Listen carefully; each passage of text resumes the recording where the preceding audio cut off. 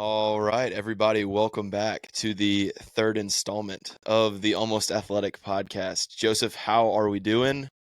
At three of these. I'm feeling great. Third one in. Hey, I'm as excited. one of my Little favorite March Madness. one of my favorite It's sayings. Selection Sunday.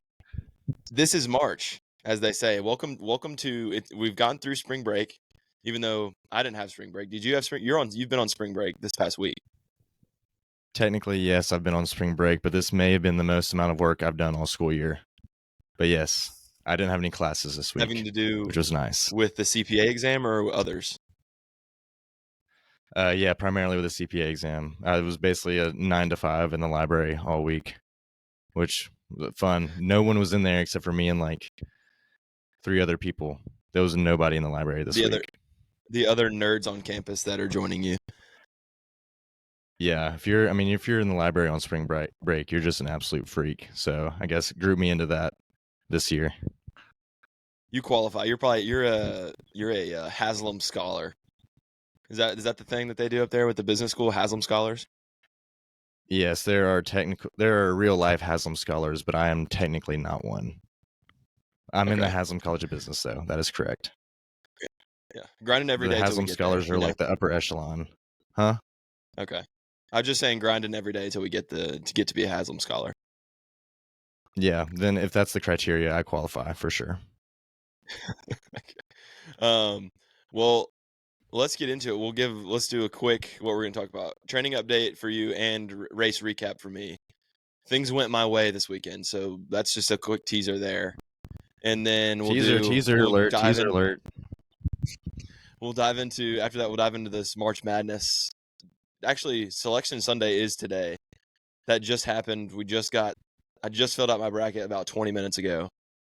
So, things could get fiery. Maybe a little tense today. And then we'll do a burning question, and then we'll get out of here with a good word. Might be just full basketball this week. Not full basketball, but mainly basketball. If that's cool. Yeah, it's cool with me. It's freaking March, baby. It's that time of the year. It's one of the best times of I've the filled year. out my bracket already. All right, before we get into the training update, what's your favorite March Madness memory? That's a good question. This is right out of the off the dome. I mean, being a Memphis fan, you can't beat. There's nothing like 08 March Madness, even though I went to bed crying on the championship Monday that year. It was very sad. 6-year-old Joseph was just an unhappy guy. 7-year-old Joseph. I have some bad. When I think of March Madness, honestly, the first things that come to mind are the bad things. Going to bed crying in 08. And then when I was in 5th grade, we went to Disney World. And I can remember Memphis was playing Arizona. And I honestly don't remember what round it was. But Wesley Witherspoon had a shot to tie it and missed it point blank.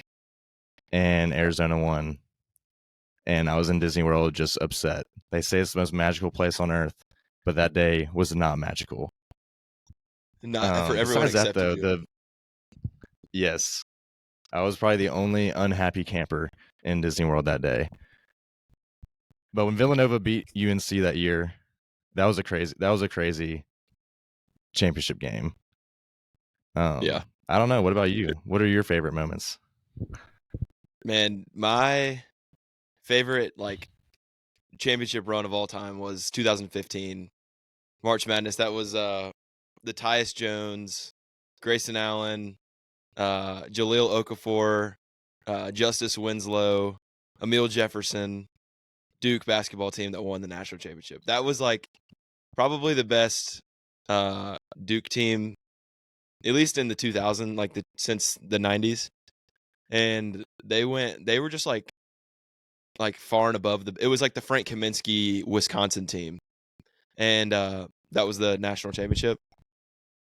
And I just remember and that's when you became a Duke fan. That's when you started wearing blue. No, and that's not true. Then when was that? Then when did that start? That was when John Shire, maybe John Shire was there, but it was the 2008 I think it was the 2008 tournament run was when I became a Duke fan. When they beat Butler, the Gordon Hayward Butler team to win. I hated Gordon Hayward, dude. Not a fan. Well, So yeah, well, I didn't know. I don't know much I about Gordon actually had to go to Hayward, bed so early. I had to go to bed early that day. I think I had to go to bed early. And then my dad, when I woke up the next day, I heard that Duke won. My dad told me that Gordon Hayward like or it was a half court shot that literally like almost banked in. And actually, funny story. Coach K told, I can't remember his name, but number 50, to miss the free throw to put him up 3. Like there, he's like miss it. So he guy misses it on purpose. And then Gordon Hayward gets the ball, takes like 3 dribbles, shoots a half court shot, and then pretty much like would have won the game. Almost made it. Anyway, the Dukies won their 90, so that's all that matters. But yeah, 2015 was awesome. It was just like I was like 16, probably sophomore, junior in high school, and like just completely obsessed with basketball. And like one of my favorite teams was like went to the Natty. I think Tennessee may have like snuck into the Sweet 16 or maybe the Elite 8.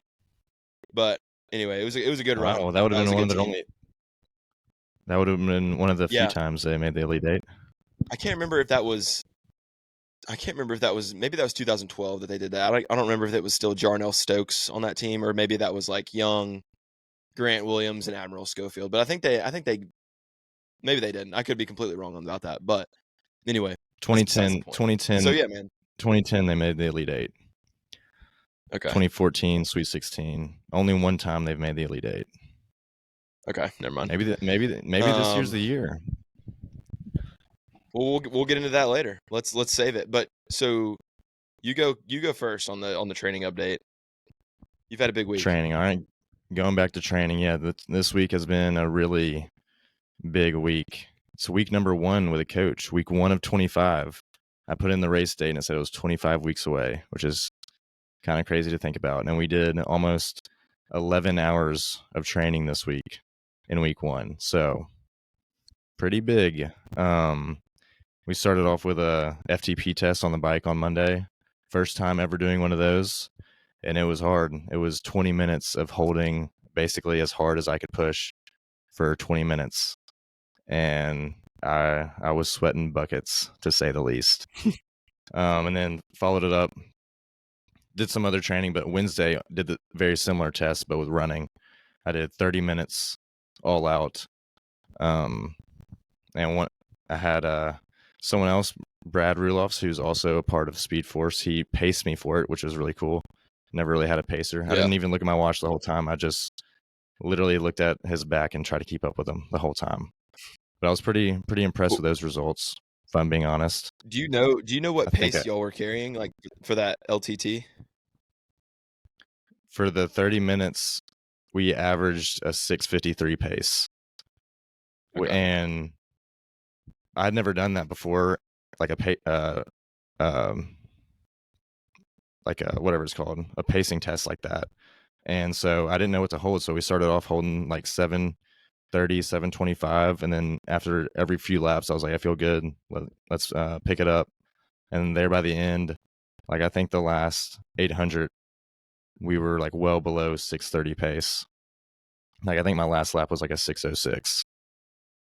And so I felt good. But there at the end, we were really pushing it to try and just like maximum effort, see what I could do. Yeah. So that was cool. So that was a good baseline. Hopefully we go up from there.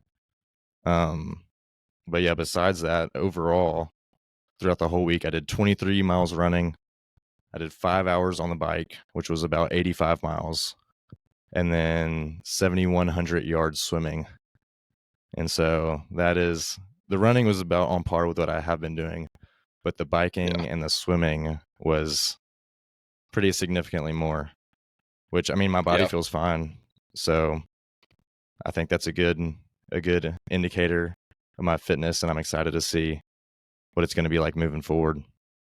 I did every day. There was no off day this week. Yeah. Even today? Did you bike today? Yeah, even today, it was a 2-hour bike today, which was good. Okay. It was just kind of a mental grind, to be honest. sitting in the same spot for 2 hours, which I know it's going to make the 1 hour rides feel a whole lot easier. But there, the last Yeah. 30 minutes, I was like, I'm ready to get off this thing. My legs were getting fatigued. I was starting to feel it, but overall, it was fine. Yeah. I've got to know where your bike setup is, because I see your pictures on your Snapchat story, and you're close to the Yeah, baseball so stadium. I just am curious where you are.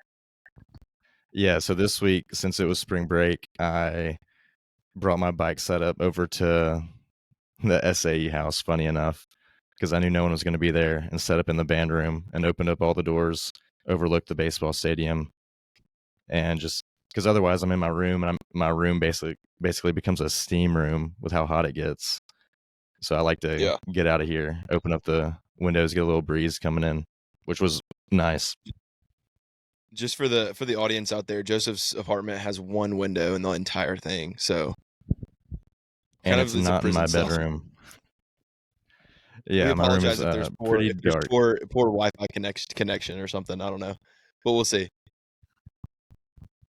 Hopefully it's fine. We do struggle with bad Yeah. Wi-Fi sometimes, but overall I love living where I live, but there are some downsides, like I wake up and it's pitch black dark. Hey, that's for me. I would enjoy that. I try to get as dark as Yeah, possible at all times. going to sleep is definitely nice, but I had to get a lamp that I programmed to turn on at a specific time, because otherwise I have no idea what time it is. But I live downtown Knoxville, so it's super Gotcha. cool. Yeah, that's probably. Yeah, that's smart though. That's a good idea. Well, congrats on a big week. Yeah, dude, that's exciting. First week with the coach is cool. No, when are you gonna have an off day eventually? I don't know. He programs it every Sunday, so we'll see. I don't know. I mean, maybe not. We may not. We may just be full-fledged ahead, never looking back, which would be fine.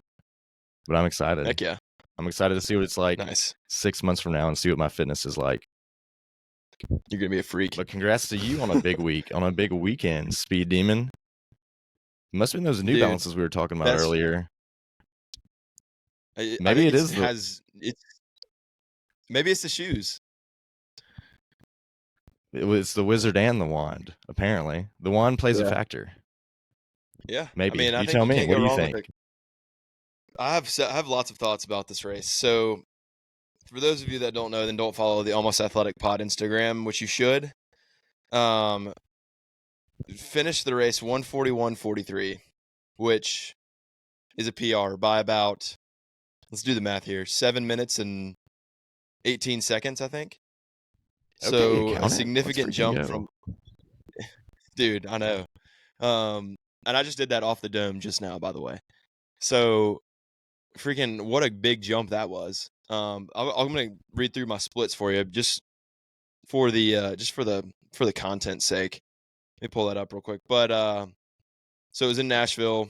Absolutely perfect morning. So I think we started the race, it was 48 degrees, and then we finished the race, it was like 53 or 55 degrees. And it was like not a cloud in the sky, sunny, like just through like this like massive, like next to the river, but by this massive like farm park thing. So finished, like I said, 141.43, 7 minutes and 45-second pace. And then, so let's go through the splits real quick. So total elevation gain for this race was, take a guess. Just take a quick guess. No, I looked at it. It was like around 200, wasn't it? Yeah, it was 190, which is like insane. Like, how about, I mean, flattest race you could probably get. I honestly think that's about half as much elevation gain as the St. Jude half marathon. Yeah. in Yeah. in December in Memphis, which is crazy Yeah. because the I Memphis mean, one it's is flat. So this one, very flat. Yeah. what did you It's think so, in comparison? Feel? so very contrasting, like atmospheres and like course. So start with the atmosphere. Like literally there's no spectators. Like at the very beginning of the race, that's where you have spectators. And then you do like a quick loop. It's like a mile and a half. And then you pass back by where you started. So there's like, you can like have a quick hey to mom or like whoever's there to support you. And then like from then on, dude, there is no spectators like at all. And one of the problems with the and then so the course was like probably like 8 to 10 feet wide, like park path basically the whole time. But the first like mile and a half, that loop was the street and the park path like combined. And so this was the biggest in their 18 years that they've been doing this race. This was the biggest race that they've had. And so like there wasn't a whole lot of like space to like pass people. So kind of the first mile was like pretty kind of difficult to like not be in somebody's way or like step on somebody's toes or heels. Like the whole first mile. So like that was a little bit like interesting. Whereas the St. Jude, it's just like you have the whole street, like 4 lanes of just like downtown traffic that you can kind of spread out on. Yeah, but like for the Memphis one, do you not feel like the first mile is also pretty hectic though?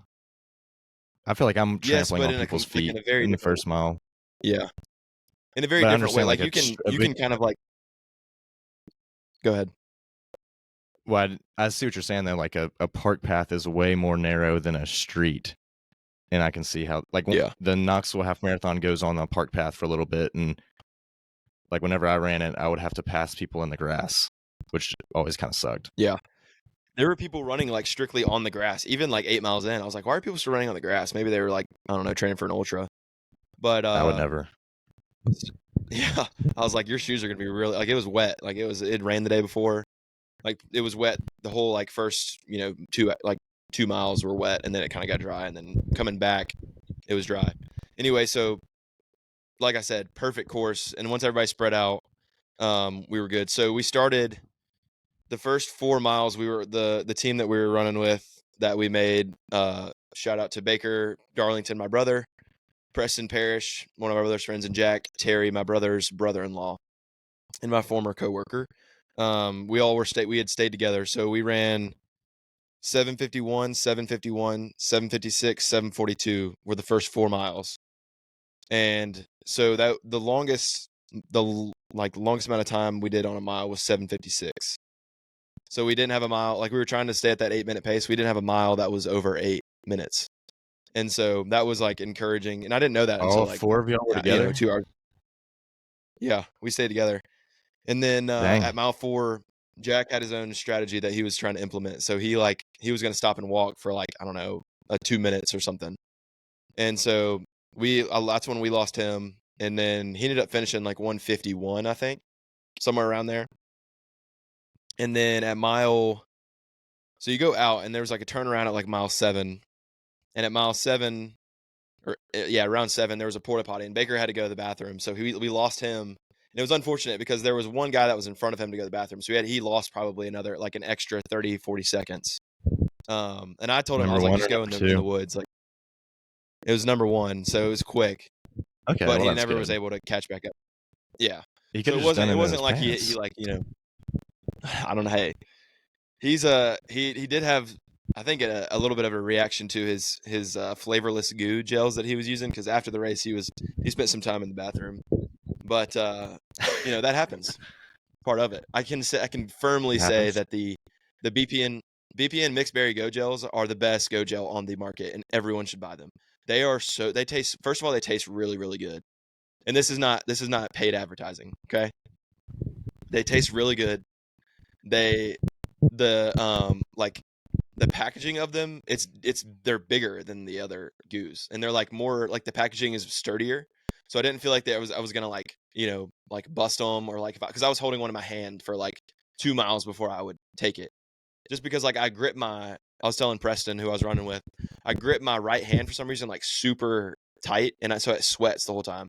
So I was like, I'm gonna try to like avoid that by like holding a gel, and like I didn't feel like I was gonna break it. So anyway, those are like my favorite. I'm gonna have those for every race that I have now from now on, and like zero stomach issues. And like sometimes I will have like at least post race some stomach issues, like literally none. I felt totally fine gastrointestinally. So all right, well, BPN, you heard it. Sponsor. Yeah, dude. Just send me. I gotta have more than 10 for $40. I need that cost per gel to come down. Maybe they'll work out the kinks on that. Yeah.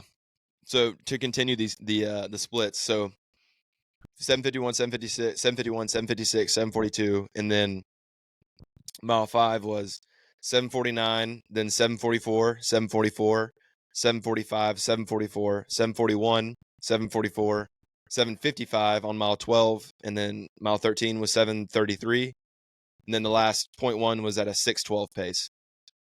So very, very consistent is all I'll say.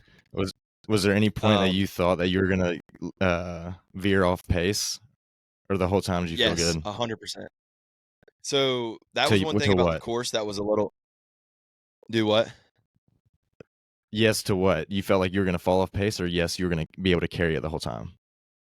Yes, I felt like I was gonna fall off, but that was like early in the race. Like I was like still getting into like the mindset of like this is the pace I'm gonna carry for another 12 miles. So like by mile 2, I was like, man, this is gonna be like this is gonna be hard. And I think that was because it was still early in the race and my heart rate was still up. But once I kind of settled in, like by mile 4, my heart rate was lower than it was on mile like 1 and 2. I think. And I Mm-hmm. think so it was lower. Like mile 2 was a 175 heart rate average. And then from there, it just kept dropping. So I started to settle in. And by mile like 7, I was like, okay, we're definitely going to like keep crushing this. Because at mile 8, you will like this, was the airstrip that, it was the closed airstrip. We did a big lap on an airstrip. It was like mile 8 to mile like 10, or mile 8.5 to like 10. And, it was pretty cool because there were people like riding their tribe, like getting in tribe bike like rides around it. And so, this is where Nick Bear does his like tempo workouts, just FYI, which is pretty cool.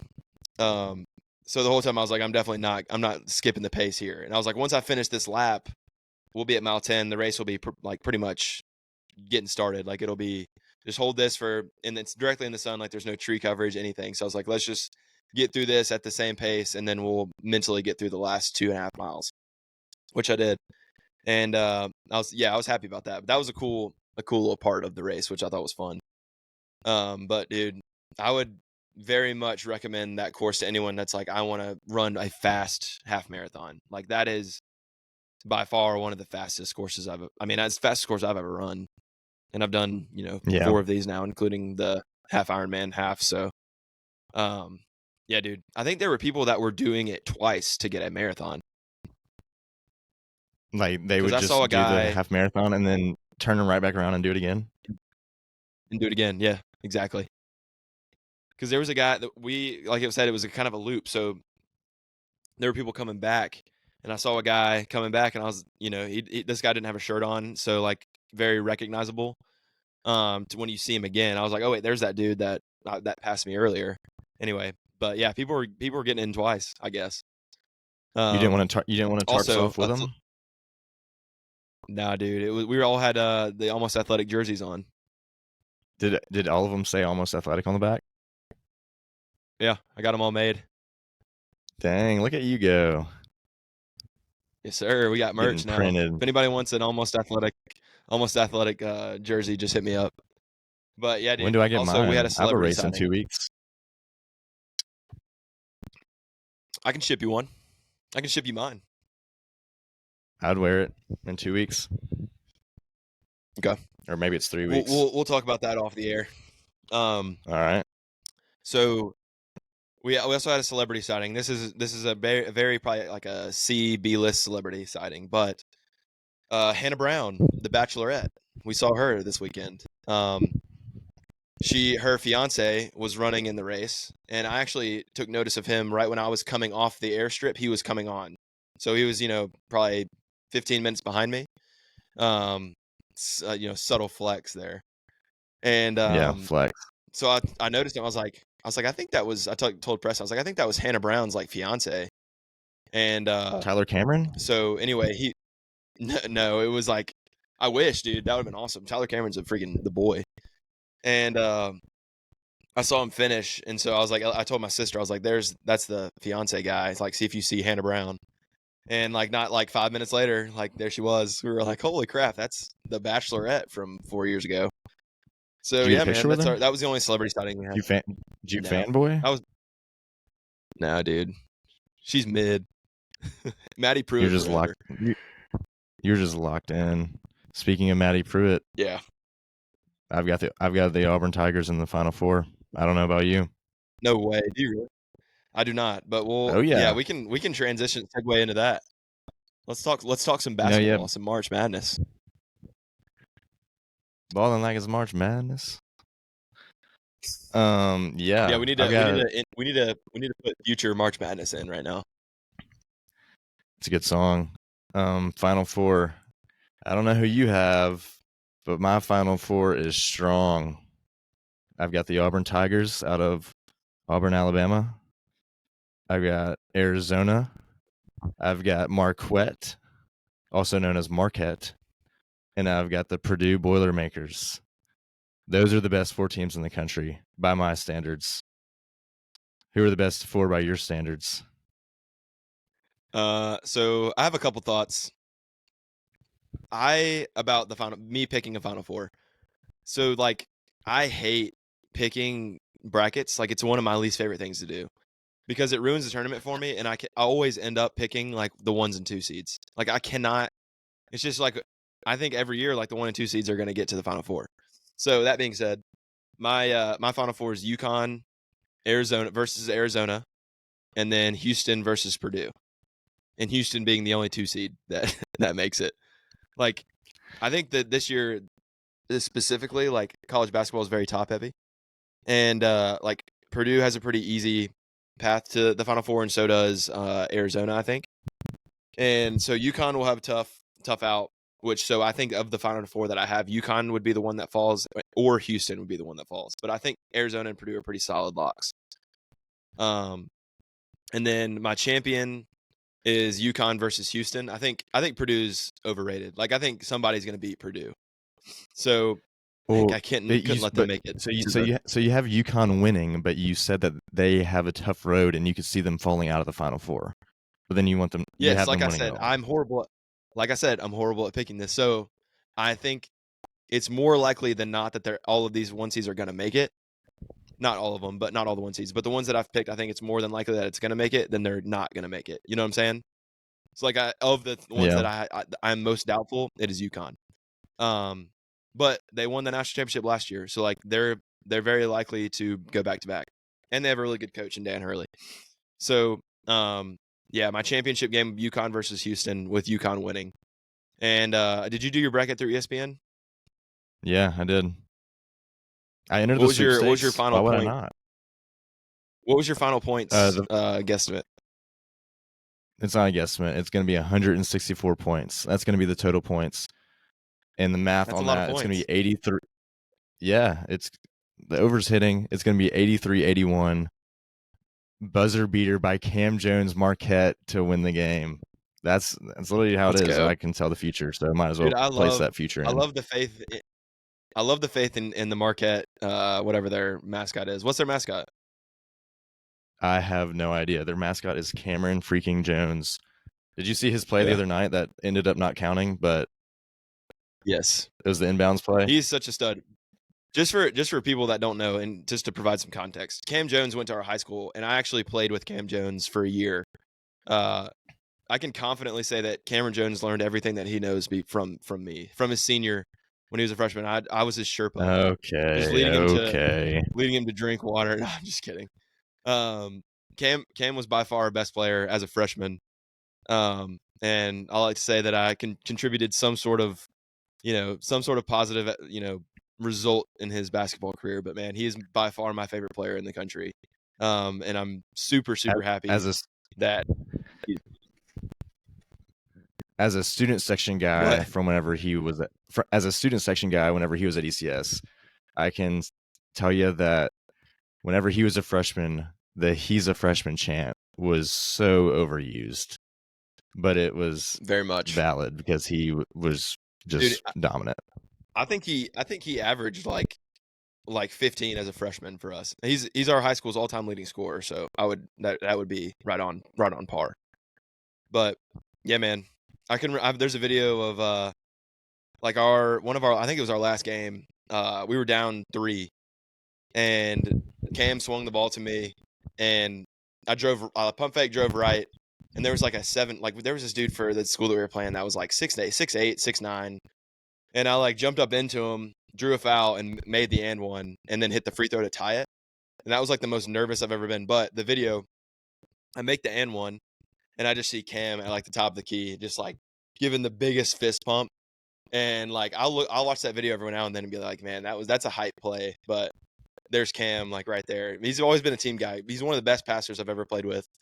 And just dude, so good to see him really have some national attention. I think he's going to be a lottery pick. Not this year. If not this year, then next year. Whenever he comes out, I think he's a lottery pick for sure. Yeah, I mean, I would love to see that. And if he waits crazy to think another that year, I think he's a top 5 pick. What do you think he's going to do? Is he going to declare this year? It's tough because I know that he loves to play for Shaka Smart, which is the Marquette head coach. And so he very easily could declare this year and be a lottery pick. But there's something about Cam. He's the most loyal person ever to coaches and to people in general that he trusts. And so I think that he'll come back, and I think that he'll develop I think he'll be the guy next year. Whereas right now they've got the Iguodaro guy and Tyler Kolek, who's another guard. But if he has a big tournament this year, I could also see him going and being a top 10 pick. So totally up to him. And I think it has a lot to do with how far they go in the tournament and how he plays in the tournament. So those are my thoughts. I agree. Well, I hope they do something special. Besides, I think it's. You go. Well, I was going to say, besides our obvious liking towards Marquette, who else do you like in the tournament? Who's your dark horse team? Maybe an underdog that you see making some upsets. I have one? I actually have 2. And I don't know that either one of them is going to even win one game in the tournament. But these are the 2 teams that I want to be the dark horses. So, firstly being Indiana State. They're 28-6, and they have this guy named Robbie Avila. Have you seen this guy? Is he the meme guy with the glasses? Yeah, yes, he's the guy with the glasses. Okay, then. Yes, yeah, he's I think he's close to 7 foot tall, pudgy, just very not looking basketball player, just the most Indiana State person of all time. And dude, they're easy to root for. I think they're pretty good too. Obviously 28-6. What's he and this averaging? Is their first appearance. He's averaging close to 20. I think it's 19 or 16. I'm pretty sure it's 16. Robbie. Dude, absolute just ball player. Mr. Fundamental, if I had to give him a nickname. And then secondly, Duquesne. This is their first tournament in 47 years, which is wow, that is a long time. And first of all, they've got awesome jerseys and a really cool name. Duquesne is just a cool school. And then their head coach is Keith Dambront, who coached LeBron James in high school at St. Vincent St. Mary. And because of that dominance, he was at Akron, I think, for 13 years or something. Yeah, and he was the winningest coach in school history. So I'm not sure why they let him get out of Akron, but he's now at Duquesne. And they're in their first appearance in nearly 50 years, like I said. So those are my 2 dark horses. What are yours? Well, first off, I want to know 2 things.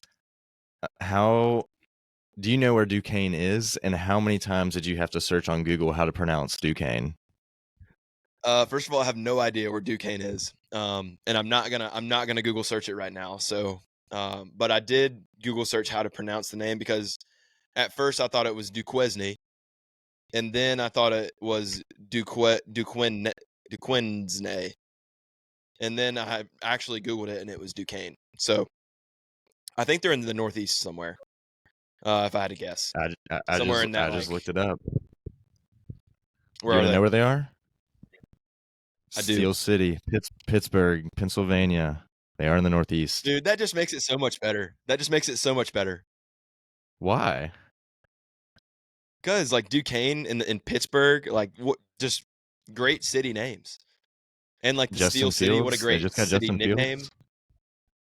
Yeah, and he's not going to start. Russell Wilson's going to be the starter. I don't know. We'll see.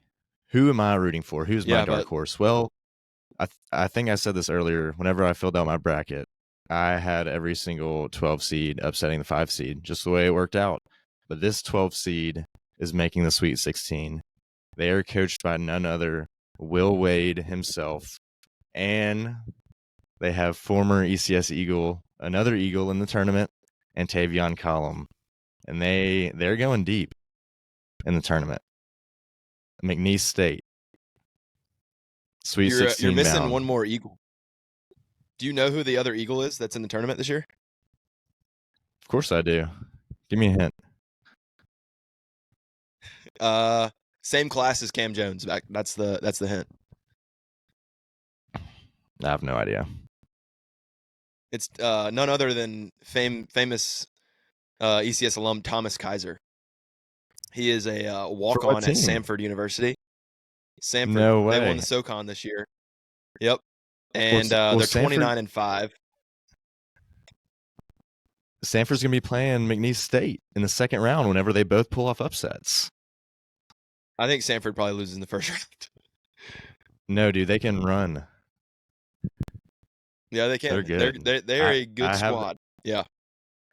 All right. Well, you admitted at the beginning of the podcast that you just choose the higher seeds. You got to take some risks. Sanford is winning. That's not totally McNeese true. I State do is have some winning. upsets. I do have some upsets. They just don't come with the 1 seeds. Well, I don't know if you saw the end of this game too. Grand Canyon, Slam, they're electric. They play together. They're winning the first game. They're beating St. Mary's in the first round. Grand Canyon University. Dude, St. Mary's is tough. They're like really good. Okay, well, just go ahead and pick every top higher seed, and you're not going to win the sweepstakes, the ESPN sweepstakes. I am winning the sweepstakes this year. That's just how it's going to go. We're gonna have this is something we're gonna have to monitor because we'll have to do a bracket check-in next episode and the episode after that just to see who has the higher percentage. And I can almost guarantee it's gonna be me. We'll see. Yeah, let's monitor it. ESPN's gonna be monitoring mine because I'm winning the free truck. Tell me who your least likable coach is in the tournament. Dusty May, FAU's coach. Can't stand him. Get him out of the American. Is that because they lost or they beat the Memphis Tigers in the American tournament? Oh no, not in the American tournament in this season, but in last year's big dance they won. I don't know. I don't really dislike any of the coaches. I kind of like a lot of the coaches, to be honest. But if I had to choose, it'd be Dusty May and Calipari for obvious reasons. But I feel like some of the coaches that get a bad rep, the ones that get a bad rep are kind of ones I like. So I don't know how you feel about that. You were talking about off camera, Nate Oates. I like Nate Oates. He's like one of the only ones that still wears a sports coat out there. And Buzz Williams, is that the A&M guy? Them two are always. I cannot stand Buzz Williams. Did you see? There you go. Did you see Buzz Williams when they were playing Tennessee? He was on the court. He came onto the court during the game. Yeah, to call coaches do that all the time. Midway, it's called passion. Halftime. It's called passion. Dude, you got to respect the game. You can have passion, but you got to respect the game. Well, he's fiery. He probably lit up his team. That's why they always get hot around this time. Yeah, seems like the Kentucky Wildcats always get hot. Yeah, Calipari's got him moving. He's got some players that can shoot out the gym. That's a fact. Yeah, which is usually not a Kentucky trait in the tournament. So it's going to be interesting to see how they do with some shooters on the team. My least likable coach is Will Wade, your boy. What a scumbag. Why? Substantiate your claim. He's just been like, first of all, he just looks like a scumbag, and then he actually was trying to cheat at LSU with those recruiting violations. And then here's what I hate is the coaches that get fired for those recruiting violations go somewhere like McNeese State, where it's relatively easy to win if you have one or two good players. And then they coach there for 2 or 3 years, which Will Wade's been there for 5 minutes. And then they're going to jump ship for another, Power 5 job 2 or 3 years later. They just take advantage. They just farm these schools that are in the lower level divisions. So I don't know, just don't like him. Don't like anything about him. I mean, yeah, I guess I just don't see anything wrong with that. What's wrong with getting fired and then building a program up and leaving for a better one? I just think if you get fired for cheating, you should be condemned for like in the basketball Like realm, and football. I mean, like any sport. Bruce Pearl, like Jeremy Pruitt. Yeah, but like, okay, here's the one exception. If you go to a lower level school and you coach there, the only school that you can return to is the school that you got fired from. Wow. I don't like that. I That's mean, my that's take. just putting too much control. I think they should be able to do whatever they want. He's killing it at McNeese State. It's gonna be funny when they make the Sweet 16. Like I said. We'll see. I'm excited. Okay. Least like Yeah. real We'll quick, see. least likable player. Oh, you're gonna hate this one. Your boy from Duke, Filipkowski, however you say it. He's I think you had it right soft. first. Filipowski. The court storming, he's all of a sudden on his deathbed. Next thing you know, he's dropping 30 2 days later. Next thing you know, Yeah, he's and that like tripping between the someone legs on the dunk. court. Yeah, I mean, like, it's cool. Like, he's It's tough good. seeing. Yeah, He's tripping people just I like think your boy Grayson Allen did. What's up with that? I just think people. So what's in the I water think at people Duke? love to hate. I think people love to hate the white players that come from Duke. And it's always been this way. Like it's just part of it, you know? Like same with who's that dude? Christian Leitner, and then with Grayson Allen, JJ Redick, and I guess now Kyle Filipowski. I didn't even know that people didn't like him. I mean the court storming thing was, you know, probably a bad look, but like probably hurt, you know? I just like to give people the benefit of the doubt. And then like the tripping thing, like I don't know exactly which play you're referring to, but like I mean, there's probably an explanation there somewhere. And also these are 20-year-old kids. Like I think it's an interesting take to hate people when they're in their 20s. But I have somebody that I don't like either. So Well, it's funny you say all that. I like giving people the benefit of the doubt too. That's why I give Will Wade the benefit of the doubt and his cheating allegations, and show him some grace and give him a second it's a good chance. point. He's a grown man though. He knew what Yeah, he was doing. yeah, whatever. He was young though. I think I actually have no idea how old he is. He was basically. But I think he was like 30 something. he's young. His brain hadn't developed yet. Who do you not like Yeah. though? My least likable player is none other than Zach Edey. That dude is. I do not like him at all. First of all, he plays within 5 feet of the basket, which everybody's like, oh, he's so efficient. Like, obviously, he's going to be efficient because he basically never shoots outside of the paint. He's not. First of all, he's not going to be a pro. I'd be surprised if his NBA career lasted more than 5 or 6 seasons, which probably a good career for most people. But like for player of the year, like the player of the year needs to go to like the person who's like the most like, well, I don't know. That's probably not a good take, but like the most pro ready player. He fills it. Yeah, like I said, he fills it up close to the rim. Can't shoot the three. He was 0% his first 2 seasons at Purdue from three, and then I think he shot like 1 or 2 threes this year, and he's 50%. So he's like 1 for 2 or like 2 for 4. And it was wet. He banked it in from the top of the key, and it was absolutely water. Dude, he can according spray, to you, dude, from that three. shouldn't He can even shoot count. from anywhere. According to you shouldn't. and your takes, that should not count. Yeah, I stand by it, and I don't think it should. But it was absolutely wet, and now he's like what 25% from three. That's decent. He can score I think from anywhere. he's 50%. Look at the percentages. Yeah, this year he can score from anywhere. That's a great percentage.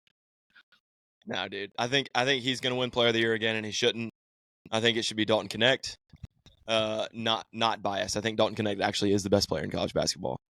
Him or the Alabama guard. Mark Sears. But okay, most electric player. I think we both agree on the most electric player is Cam Jones, right? I mean, I'll be honest. I would say Dalton Connect there because he's nuclear. He can just put the team on his back and score 40. I don't think anybody has like 39 a better twice, impact on their 40 team. once.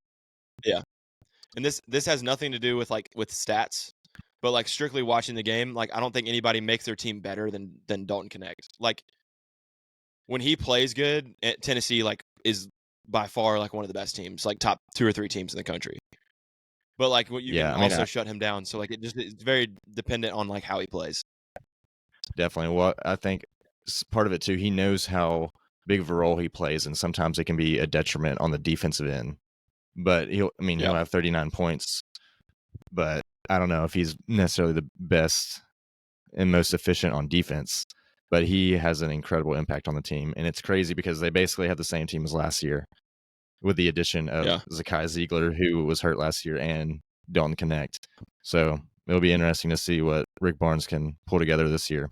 But yeah, DK Yeah. is, I would say he's probably the most electric in my eyes. Granted, I've seen him play a lot, so probably a little Yeah. biased there, but I he have can put the team on his back. I have several thoughts about Tennessee's like prediction in the tournament. So I have them losing to Texas in the second round. And here's why. So Rick Barnes' former first of all, team. that will be the Rick Barnes Bowl. So former team, the lights will be too bright, and that will be the second round. So I have zero faith in Rick Barnes in tournaments. I think he's like 27 and 26 as a coach in the tournament, and considering he goes to the tournament every year, that's a tough stat. He has gone home before the Sweet 16, 16 of 19 tournament appearances, which is really, really bad percentages with the teams that he's had. He's had 12 first round exits, and then hasn't gone to the Sweet 16 since 2008. I think that's true. Or no, sorry, hasn't gotten past the Sweet 16 since 2008. They did go to the Sweet 16 a couple years ago. Lost to Mississippi State in the first round of the SEC tournament as the 1 seed.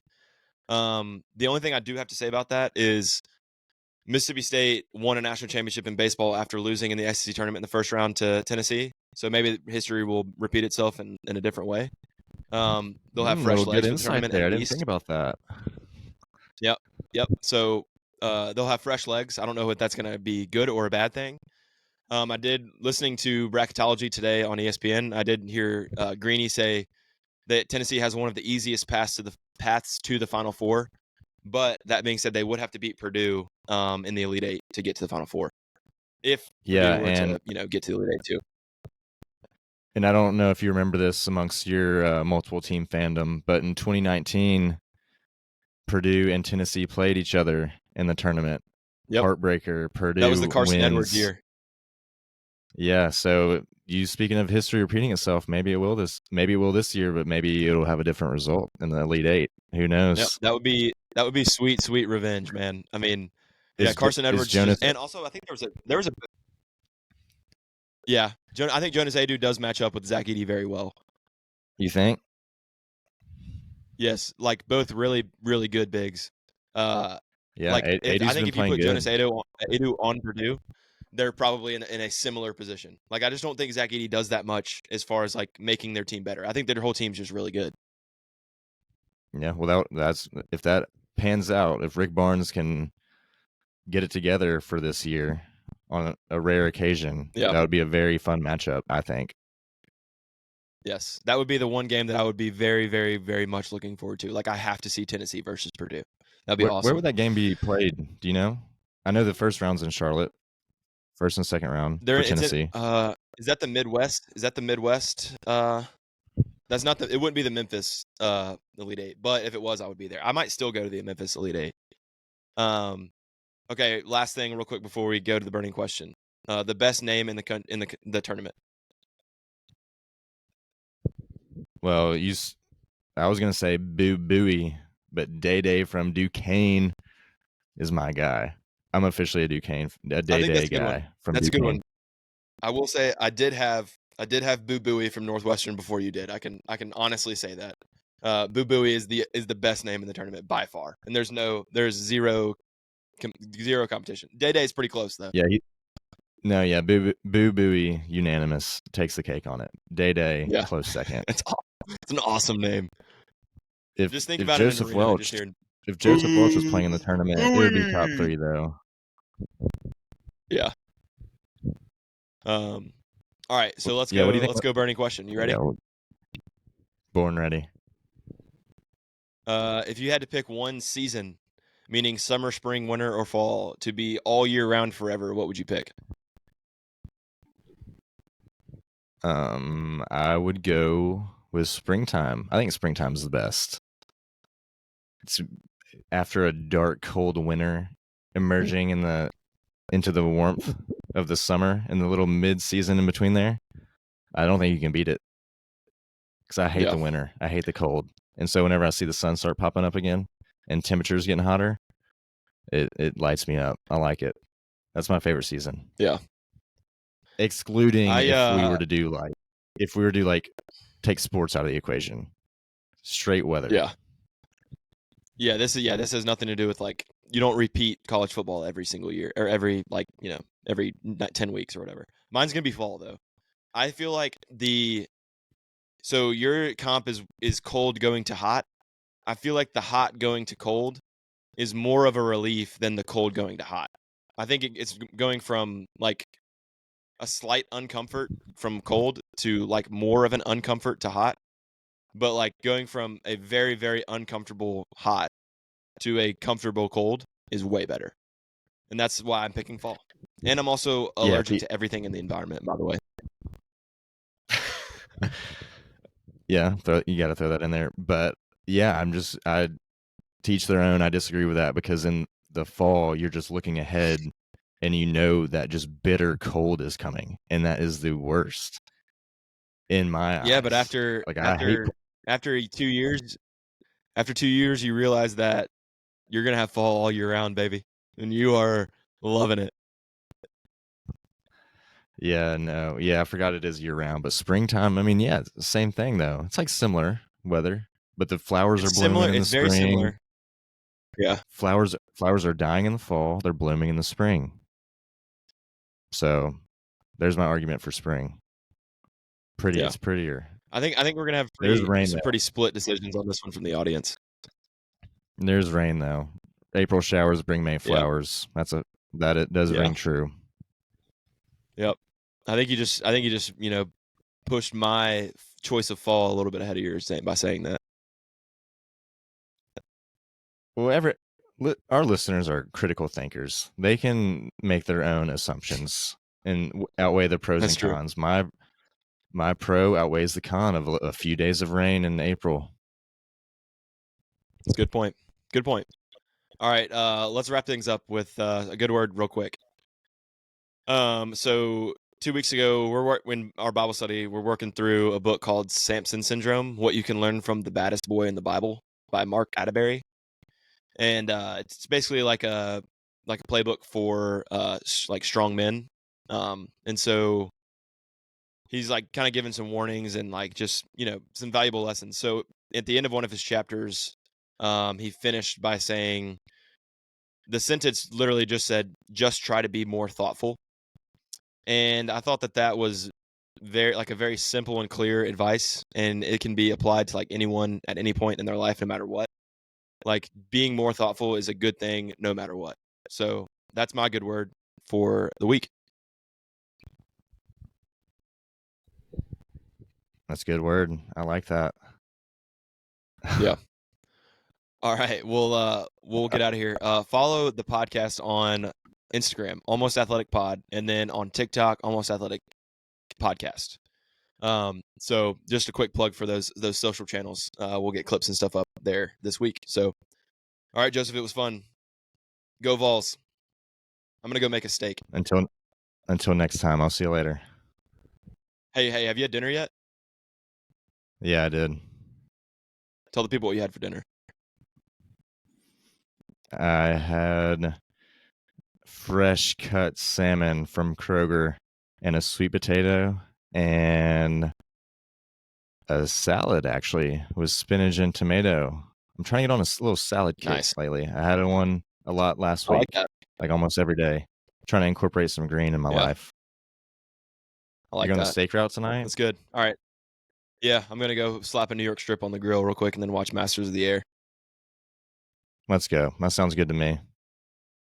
Yeah, boy dinner, steak and chocolate milk. All right, we're out of here. See you next week. Bye.